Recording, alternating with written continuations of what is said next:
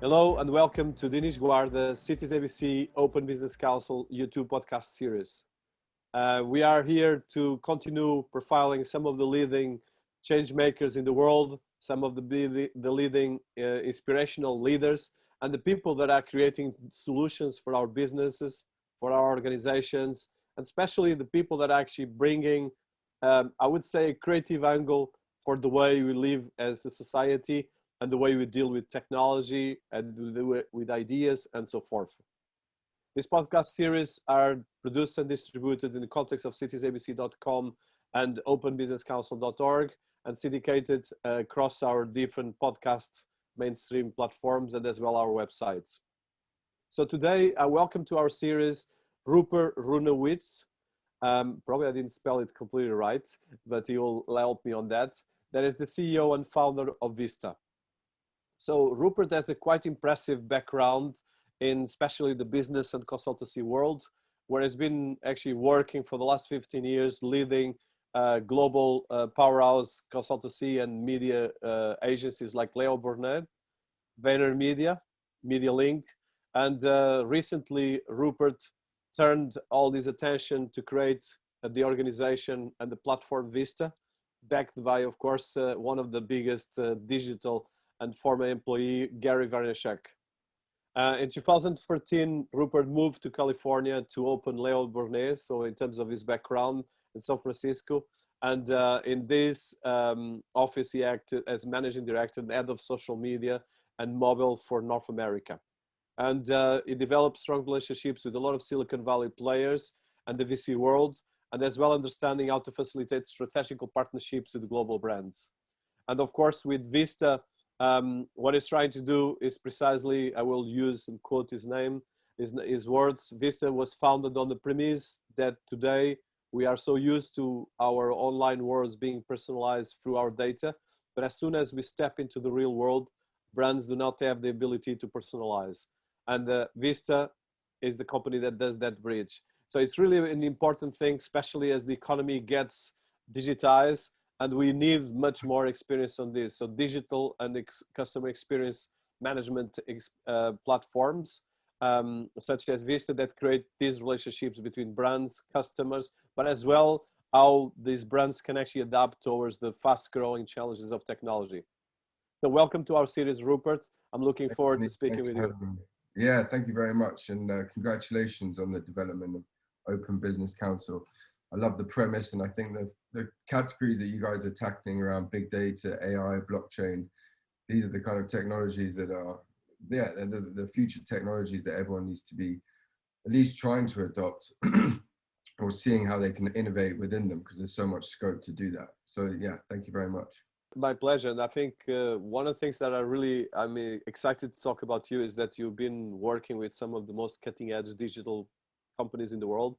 But as well, what you're trying to do is quite unique and quite necessary, because one of the things, and that's the reason I created Open Business Council and Cities ABC, is that I've been finding out that even big corporations with multi-billion dollars, or sometimes some of the biggest corporations, are terrible in customer service, but as well, even more terrible in digital. Even if you look, for instance, in companies that are getting this amount of funding from a lot of VCs, you go to their digital presence, you go, oh my God, this guy's got these billions and they really don't know how to do the basics. So I would like to start by, so you have quite a corporate VC, well, actually agency and consultancy background, but a bit of your background and history, I think would be interesting. And as well, your cultural background, because of course, from Europe, you are over there right now in the US, which is two different worlds. And of course, there is leading the world in some areas here and in others. Yeah, so I'm obviously from England, as you can probably tell from my accent. So I grew up in London. Actually, by the age of 7, I moved to South Africa, and I lived in South Africa between the ages of 7 and 13, which was certainly informative years, right on the back of the apartheid.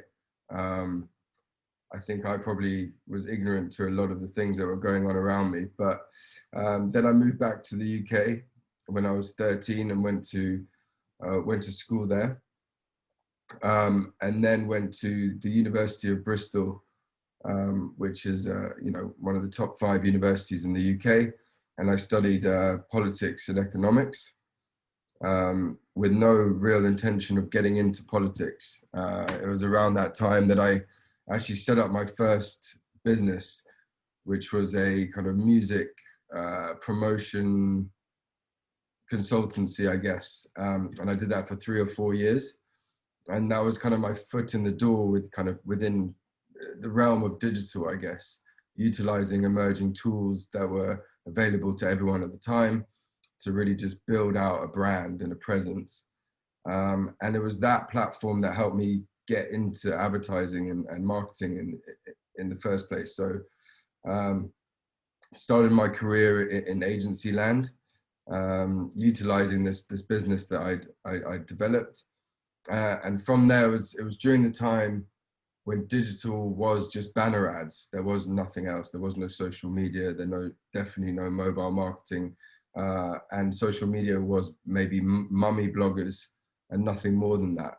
So I was very much involved in the emergence of digital from a very early stage. So as my career progressed through agency, I was always the digital guy, or at least working in the digital departments of the different agencies that I went to.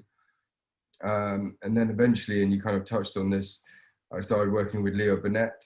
And in 2013, I was asked to set up Leo Burnett San Francisco as the managing director of that office. But I was also head of social and mobile for North America. So it was a dual role that allowed me to kind of build a presence for the Leo Burnett Publicis brand in San Francisco, but also, be that ear to the ground for the whole group when it came to emerging technologies around social and mobile. It was during that time when I actually came up with the idea for Vista. It was being surrounded by trends and emerging technologies, and obviously seeing what was coming out of the Valley, that I picked up on 2 very core trends that were being neglected by, I guess, the startup scene, but also just as a general case. Like the market was crying out for 2 elements of disruption, and one of those was around your data. And obviously the topic of data and privacy couldn't be more topical as it is now. I mean, and everything that's happening between Facebook and Apple, and Apple even released an ad recently talking about the state of privacy and the fact that you're constantly being tracked. Even the case with Robinhood recently, and the selling of even trading data. So I think the trend of ownership of data and privacy, although it was relevant like 5 to 6 years, we're kind of at that crunch point. So that was one of the core trends that I picked up on, which we've tackled now with Vista. And the second trend was around CRM and CEM systems and PMS, and all of these systems that businesses utilize to try and manage customer data and relationships with their customers. They are business centric. They are not aimed to benefit the customer really, and they tend to neglect the customer, in fact. To give you an example of that, you're always on the receiving end of a screen. When you walk into a store, you walk into a hotel, you're always looking at the back of a screen. You don't know what it is that member of staff or manager is looking at. So I kind of wanted to change that relationship and empower customers to know what it is, that customers know, that businesses know about their customers. Just flip that script really, and change that behavior, change that relationship that we have with data, and the relationship that we have with businesses and how they control our data. So then in 2017, I left Leo Burnett and started working with Gary Vee, as you mentioned. Obviously an incredible experience. I remember being flown into New York to have breakfast with Gary. And a week later, I was working with him out of the New York office, which is obviously an incredible experience. Similar to the role I had with Leo Burnett, it was connecting, some of his investment opportunities within the media entity. And eventually Gary decided to put initial capital into the Vista project, which I founded in 2018. late 2018. Impressive. I think from a career perspective in agencies is the best in the world you can get. And Leo Burnett at the time was really massive. It's still, but at the time was really one of the leading ones. And so I want to touch before you go to Vista, because I'm particularly interested to this kind of, like you mentioned, you touched two of the things that are really critical for business, but I would say that most of the business have no clue about it, especially if you look at SMEs and micro business, which is 440 million in the world. Right. And as well, in the future, everyone will be a small business in the end of the day. But so you touched the idea of digital transformation for the business and that process of using digital, and second, the CRM. So I want to touch from your experience, and I know, of course, you've been working with big organizations, and both Leo Burnett has been working in the UK with campaigns, successful campaigns in politics and major brands, but as well, and of course, VaynerMedia with as well the biggest brands in the world. But what would be, let's say, from your experience dealing with a lot of business, and of course in an agency, you deal with a lot of agencies. How was your experience in terms of this kind of understanding the digital, first of all, the digital fluency of the business, but as well how to deal with these things? I think because I was always on the, as I mentioned, on the innovation side, on the digital side. I think, and given I was there, you know, at the beginning when Banner, as I said, that Banner Ads was digital. I think it's always been slower than you'd think to get brands to adopt, you know, the new and shiny, and they're generally looking to just adopt something that's tried and tested. So it's rare that you'd get a brand that would really want to kind of be cutthroat and be at the forefront when it came to digital innovation, which is why, you know, we're still 2021 and digital transformation is still a thing. You'd think that digital transformation would have happened like 10 to 12 years ago. But what I am finding is that the global pandemic has accelerated multiple things, but particularly trends around digital transformation, because brands have had to pivot. I'm so sorry, I've got a frog in my throat. But brands have had to pivot and transform quicker than ever before, even if it was to create, you know, ventilators using existing supply chains at the beginning of the pandemic, or changing the way that you're targeting particular consumers from different pools based on changes in behaviors that emerged during the pandemic. So I'd say that, you know, obviously with all the negatives that came from the pandemic, and obviously we're still within it, digital transformation has definitely accelerated because the need to do so is so much greater. Like, people have just been stuck at home with no other way of communicating other than through mobile devices and online, and the way that they consume is all online now because they haven't had that that kind of IRL or in real life experience for the last year. So I think we'll see brands innovate and transform much quicker now, almost 10x quicker than they probably would have done if we didn't have a pandemic to deal with. I think effectively the pandemic is the biggest digital accelerator probably in history, and I think in the space of 1 year did more than probably the last 10 years.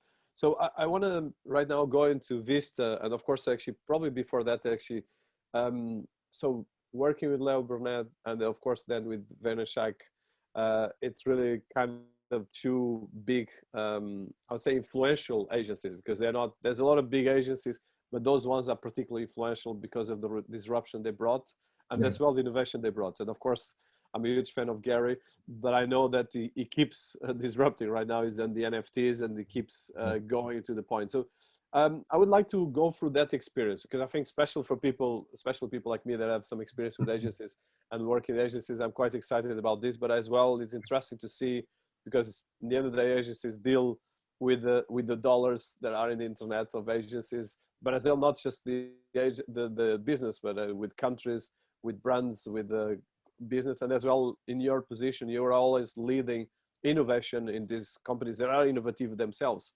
So a bit of that background, because I think especially for my audience, I didn't have a lot of people from agencies, but I think it's interesting to understand how powerful. And I would say that for young people from universities, an agency is a great place to learn. And I'm sure that someone Right. like you can teach a lot, but I think listen just a bit of your experience and career. Yeah, no, it's a great kind of question in a way, because they are very different entities, Leo Burnett and VaynerMedia, and they are probably at the other end of the spectrum. And I'm not sure if either would want to be called that, and I'll get into that. I think working at an agency like Leo Burnett, it's a global powerhouse. They have a footprint in almost every single region in the world. For sure, region. I was going to say even country, but I'm sure there's some countries where we're not present. So the Leo Burnett San Francisco office was the 100th office within the portfolio. So that's a lot of different agencies, and the way that Leo Burnett would cater to those to those different markets tended to be kind of macro, above the line, like out of home and TV advertising, and that was what they were famous for and still are very famous for. So I think my remit there was very much about bringing in new ways of communicating that we built out specifically out of the London office.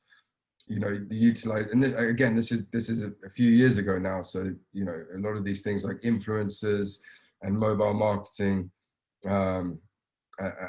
in-house media buying, all that kind of stuff was a newish element to the media mix. So we were trying to expand that and make everything that we did out of Leo Burnett really through the line, engaged, and be known for being this kind of innovative agency that can cater to any of the markets. Whereas VaynerMedia was built in a different age. Obviously, it's a newer agency, and Vayner was built through social media on the back of Gary investing in platforms like Facebook, Twitter, and Snapchat, and obviously I think more recently he's very involved in TikTok, and as you said, NFTs. Like, he's being very much born out of this like attention economy where let's market wherever the people are. It doesn't matter. Like, don't do what I said before, which is like wait for the tried and tested, which is the more traditional route. It's like just go for it. Wherever there's an emerging tech, there's an opportunity. So fish where the fish are.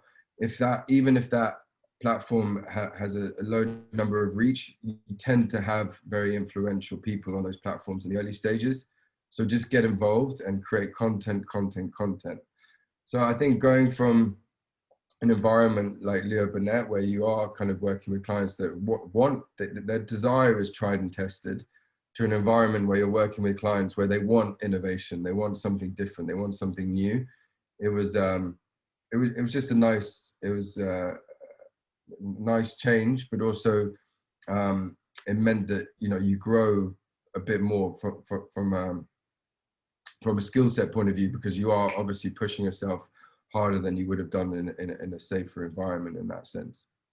Yeah, and I think, of course, we're touching about two out of the box agencies, because they've been doing a lot of innovation, but as well pushing the boundaries, both Leo Burnett and especially VaynerMedia. So I want to touch VaynerMedia for a while, because although, of course, Gary is super well known and one of the biggest influencers in the world, I remember that it's funny, when I work, I only had the corporate job in my life, but this was, 12 years ago. And I remember that Gary was a keynote speaker in Norway in one of the events that my organization was involved with. And at the time, of course, he was quite young. I was just a friend of mine sent me a picture of him with him at the time. So it's interesting to see in 12 years how Gary became one of the leading, it was already powerful at the time, but he actually led a lot of stuff. So I would like to touch that part, because of course, riding the wave like you've been riding in terms of innovation is not easy. You have to keep always out of the box and looking at this, like you mentioned, from ads that it was when you started your career to now that is influencer marketing, and as well like multi-million. For instance, I worked shortly in a small agency. It's small, medium size for Europe, but it's interesting to see the millions that we were managing compared with the in-house media buying outside. But this is for big corporations. The SMEs are not even close to that. So I would like to see from an innovation perspective, instead of asking you about the future, a bit about the past. Actually, you have a fantastic article in your blog about innovation. But I would like to touch this kind of, how do you see this progression of digital and especially from the angle of Werner, your experience with VaynerMedia, and now with Vista, which I want to touch after this question. I think, again, going back to the pandemic, it's done a lot for that push towards digital innovation. I think with Vayner, clients tend to want to work with Gary and VaynerMedia for that reason, right? They're looking for something new, but they're also, you know, if in order, the new budgets, if you like, the innovation budgets are never going to be anywhere near as big as the big media budgets. So I think it's getting that kind of the right media mix of being innovative, but also being able to deliver in the most efficient manner when it comes to just like I call the basics of media buying and creative planning. So I think it's a tough ask for any agency to be innovative and get big budgets from that, because that's not just how brands and media spend is split up. So what you're going to find is you're always going to have, well, particularly out of a big agency like Vayner, you're always going to have the right mix of very well thought out media planning, but also ensuring that you're at the front of the queue when it comes to innovative thinking as well. So I want to touch now Vista. So you created Vista, and what you're trying to do is really cutting edge, but as well very specific, that I think it's one of the most important areas for any business worldwide. So can you tell us, how did you create Vista? What is the company? What are you offering for people that never heard about it?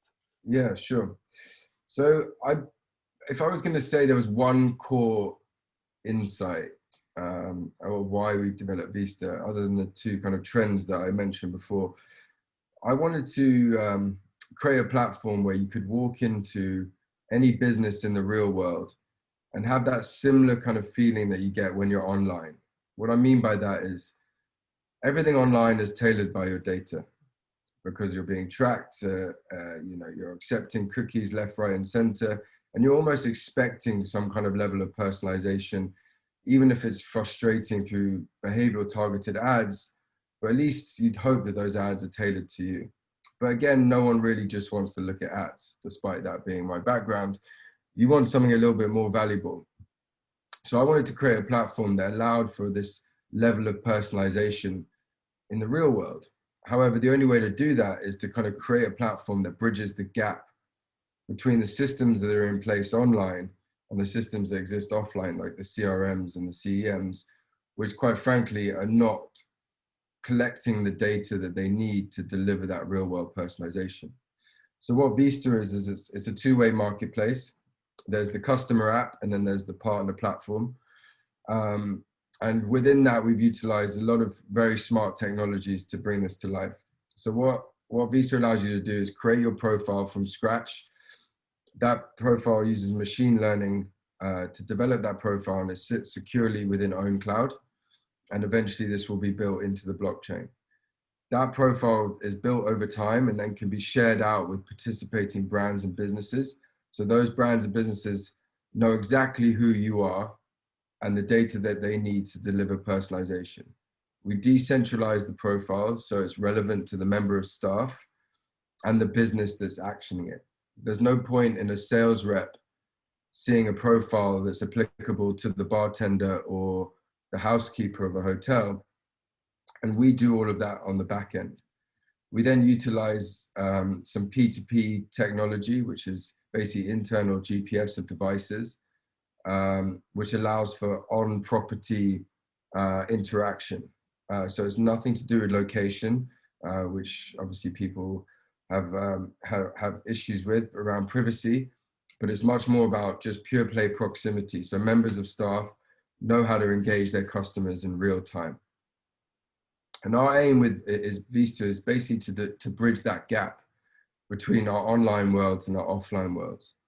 And while personalization online is very much a crowded marketplace, but also one that is a bit of a graveyard, particularly in the startup world, the opportunity in the offline world, I call it offline, I mean brick and mortar hospitality, is huge because no one's really going after it. But on the back of the pandemic, we really feel like it's the opportunity that everyone's been waiting for. As brands and businesses need to innovate, there's also this pent-up demand where people just want to get out there, and the businesses need to innovate and be prepared to cater to those customers that have, quite frankly, evolved and accelerated their behaviors around being like digitally evolved and expecting to own their data, expecting to be able to control everything through their device. And so that's why we're kind of choosing this time on the back of the pandemic to really go to market. And so can you tell us about the app? Because I think it's particularly interesting. How do you get the partners and the different things? And as well, how, for instance, if I'm a business, how can I collaborate with Vista? Yeah, so we're focused, as I kind of touched on hospitality as a go-to-market. We're doing that because it's the biggest area of spend that we foresee on the back of the pandemic. So Bloomberg has suggested that around 60% of all spend will go towards luxury travel, or at least travel in general, on the back of the pandemic, and that's due to pent-up demand. Like, people have just not been able to travel. That is part of that YOLO economy. They want to get out there. They want to just live their life again. So that's part one. The other part is that those hospitality generally has been very slow to innovate. Their legacy systems are very behind. And so it's an opportunity for us to come in, allow these businesses to innovate and also catch up with their consumers, and be able to cater to this emerging consumer or on-demand consumer. So we're basically offering the technology of Vista to these partners at a very low cost. And in return, these hotel groups will push out Vista to their audience. That is our kind of B2B2C strategy. And we also have a few other partner-led strategies.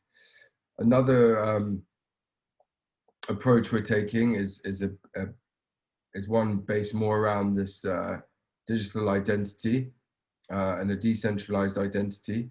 And that would involve our blockchain integration, where you'd actually be able to share your decentralized identity with participating business in the absence of them having the software. So you'd create your profile, your decentralized profile on the Vista app, and would be able to share it with businesses independently of them having access to the Vista software. And they would have a secure version of your profile that would be web-based, and they'd be able to access your profile as long as you shared it with that business. So that's very interesting. And I think, can you tell us how do you work the AI-driven messaging application that determines the next best action for customer service? So that means this is B2B, is it a B2B app in the end of the day, and the different agents can actually get experience. I think just this kind of I would say like product roadmap, I think is interesting because it's really a very interesting product. And I'm working with a couple of brands that are trying to position that areas. And I think this is very interesting, and how you're building that ecosystem as well. Yeah, so I just want to write something down here, sorry. So there's a few things on our roadmap just for this year. So just to answer your question around AI. So we're utilizing AI to help staff scale on the back of the pandemic, really. So this is not about chatbots or anything that could almost distract the consumer from what we're all about. We're all about very tangible, interactive customer service, right? That you get on the back of your kind of pure play data. So we're using AI to help members of staff determine how best to answer that request. So there's a built-in chat engine within Vista. So once you've shared your profile with a business, that member of staff can then react to that chat request and send that request to maybe another member of staff or another platform. And that's where the AI engine comes in. We're also utilizing AI for the natural language processing to really help foreign travelers, either out of Asia or Africa or wherever it might be, to travel seamlessly within the West or English-speaking countries. And that's what we're going to utilize AI for, to really help facilitate a foreign traveler in an English-speaking country. And I'm not sure that AI has really been utilized in that setting. And what we really wanted to do was utilize AI in a way that was interesting and not frustrating.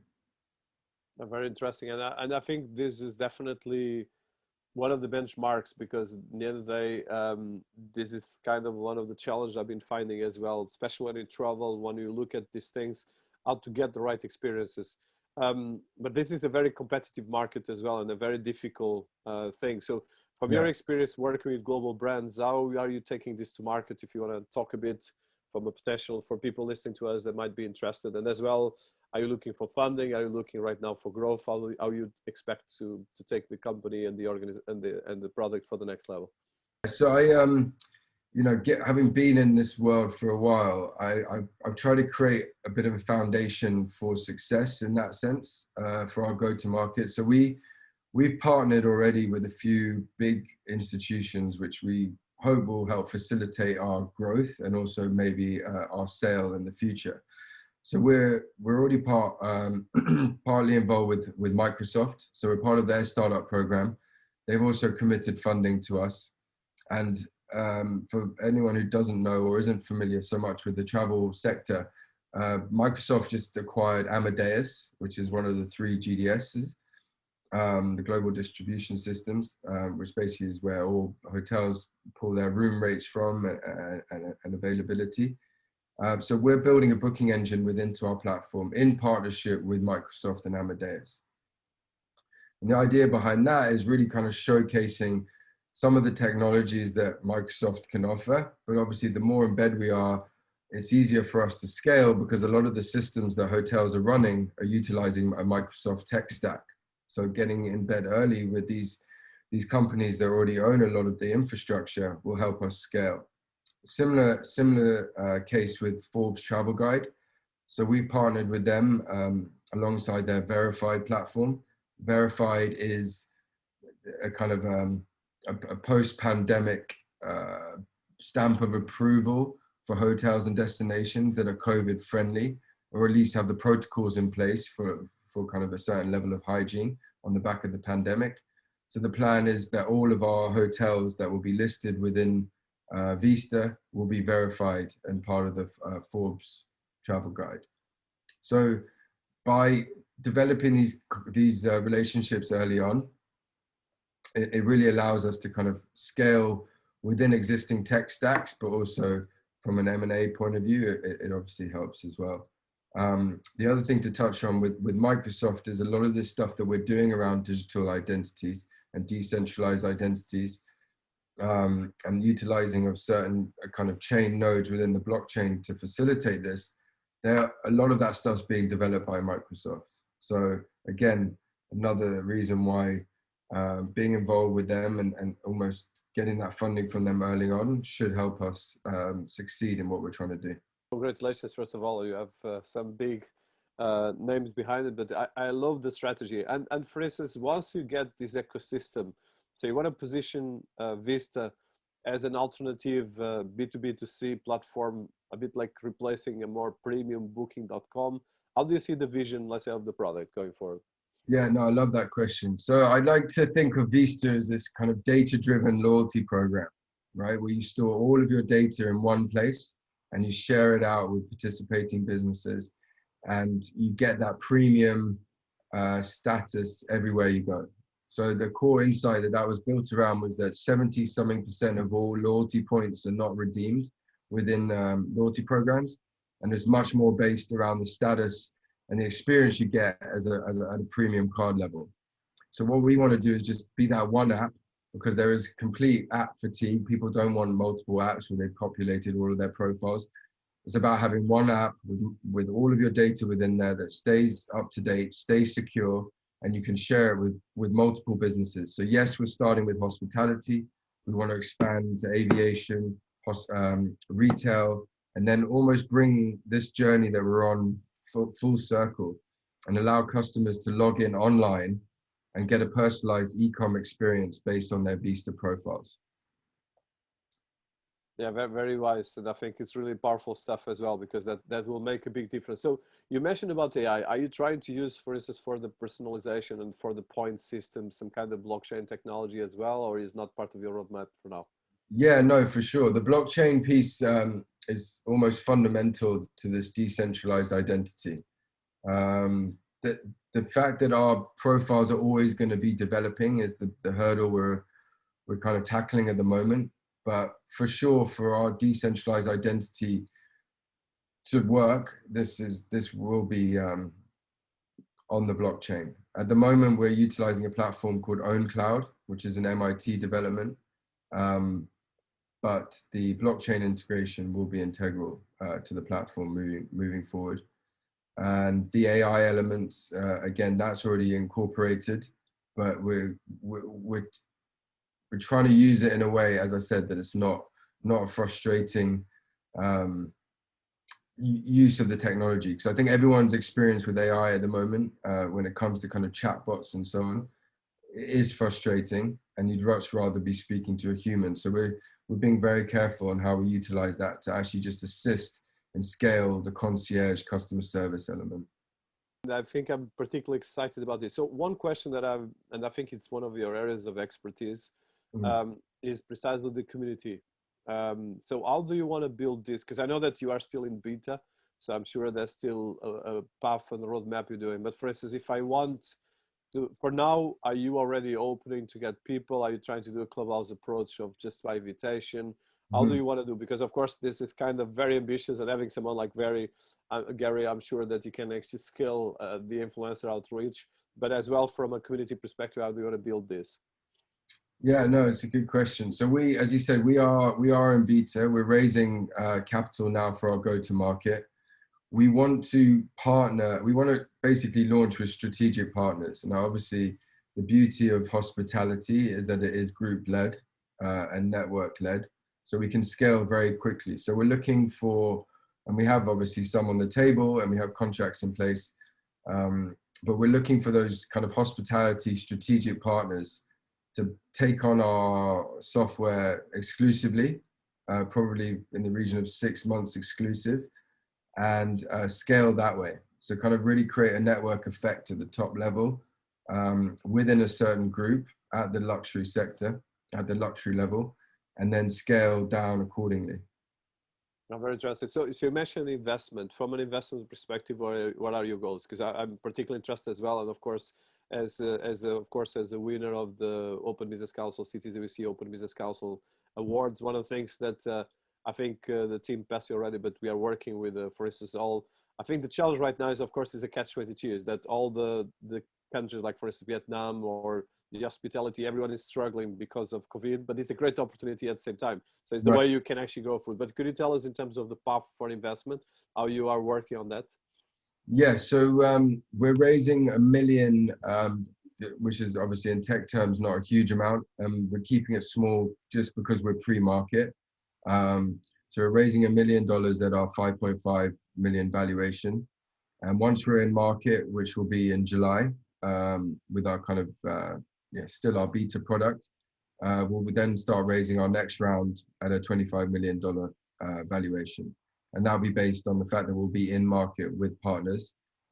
As I said, we're looking for strategics, so we can scale quickly and we don't have to be going and spending a huge bunch of our budget on marketing. It's going to be all towards actual product development.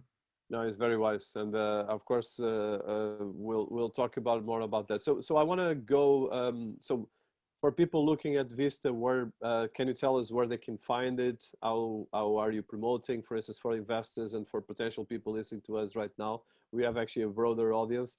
Where they can find more information besides, of course, getvista.com. You mentioned Clubhouse. We're doing a lot on Clubhouse, and obviously on Instagram. So you can find us on Instagram at Vista Passport. But we did a Clubhouse recently with a lot of very big industry figures. We had the senior vice president of Virtuoso. We had the founder of Mr. and Mrs. Smith Hotels. We had the owner of Sunset Tower in Los Angeles. We had Bob Shelvin from a luxury hotel in Brazil called Casa Ushuaia. We had, I'm going to forget a few names here. We had a few guys on the luxury agency side, a guy called Lee Rowan. And the theme was all about return to travel. So that's a series that we're doing now on Clubhouse. As I kind of mentioned before, I'm always into emerging technologies. I hope that Clubhouse continues to be valuable, because I loved it in the early stages, but we'll probably start exploring Twitter Spaces or wherever the conversation is. We'll hopefully be taking that caliber of kind of industry leader and have those conversations elsewhere. And I, as you kind of touched on, I tend to blog quite a lot, and the Vista blog is a good way to stay up to date with a lot of the stuff that we're doing, and the projects we're involved in. Very powerful what you guys are trying to do. So as a kind of a final wrap up, and we pass almost 1 hour, but I still want to touch if you have a bit more of time. So one of the things that I like that I read in your blog section was a list of key hospitality trends going into 2021. So your business is based mostly on hospitality.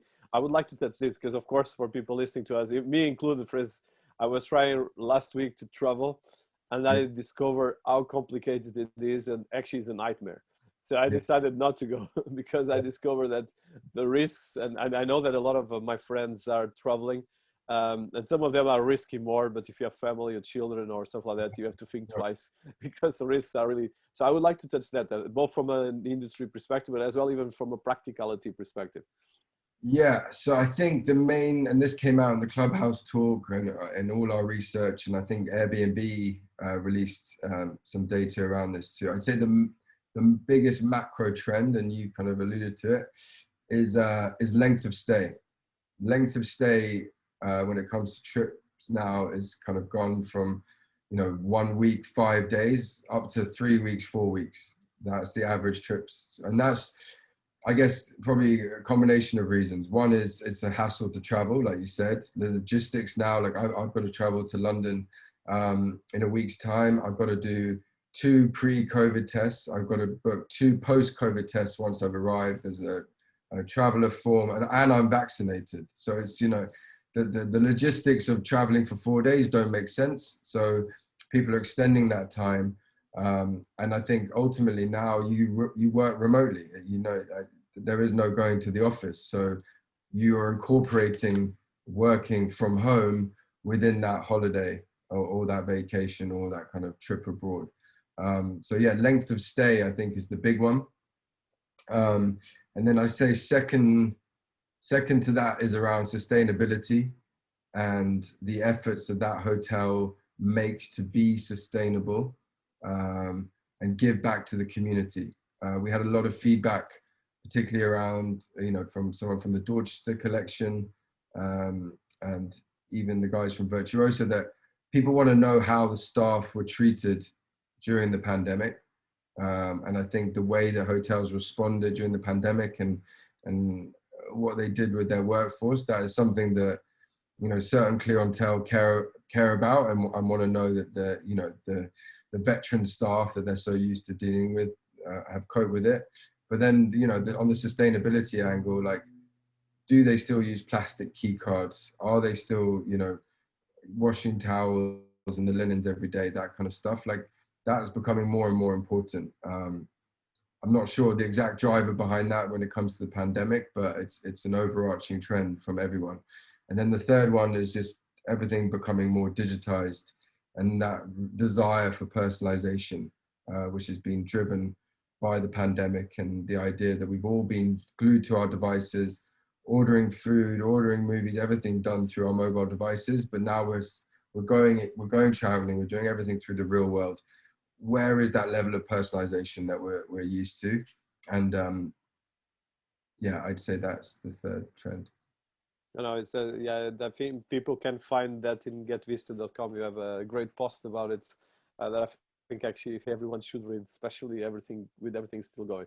So one of the things I want to touch as well, and I think is complementary to Vista, but you had as well a project with the vodka. I'm particularly interested because it's as an entrepreneur. Can you tell us about that? I think it's an interesting project, and it touches as well, of course, your Get Vista because it's about the experiences. It was a nice foot in with the hospitality sector, right? So I got asked to be a partner on this Our Los Angeles, which is a vodka spirits project headed up by Pernod Ricard.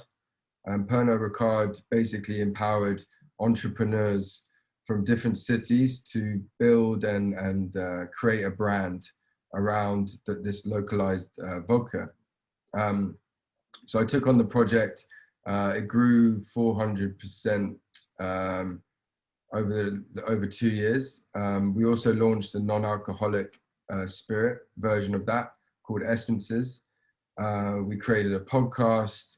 We did, with small. I was so used to kind of big budgets from my previous life that I took on this project just to see what could be done with small projects in a guerrilla fashion.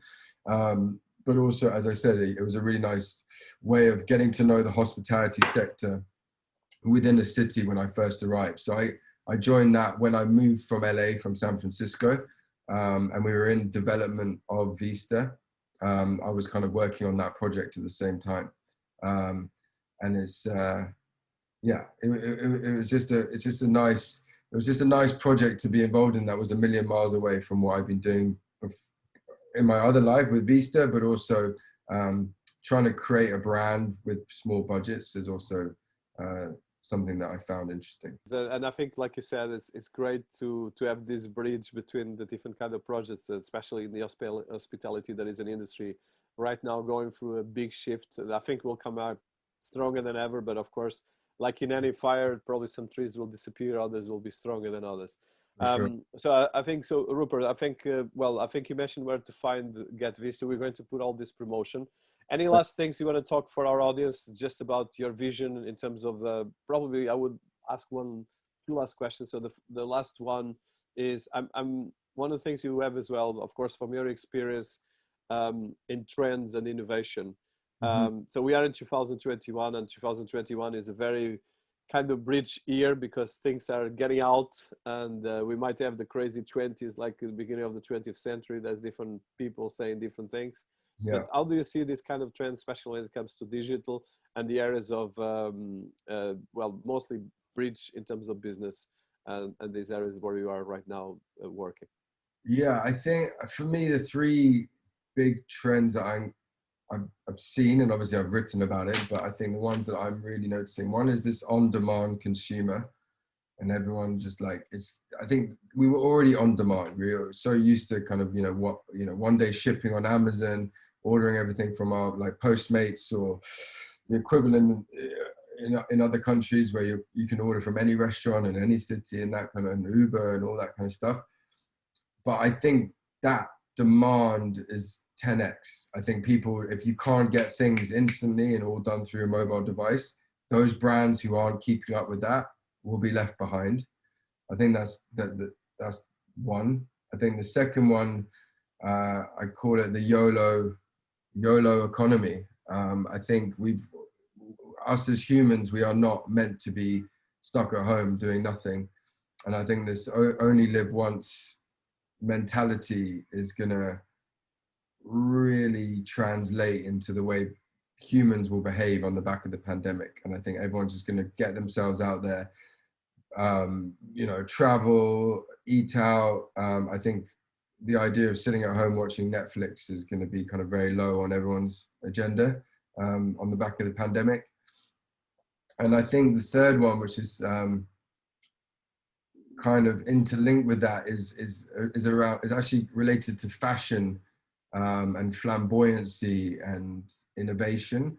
And that I really see that people are going to want to showcase how they feel through how they dress. So I think fashion is going to take this very kind of upward, innovative curve on the back of the pandemic. And I think I've seen this already with some startups that I've been advising, and even around makeup and certain types of fashion that you'd only expect to see in kind of sci-fi movies, I think we'll probably start seeing more futuristic trends emerging quicker than you think. Yeah, that's very good points. And I think definitely two areas that are critical for us.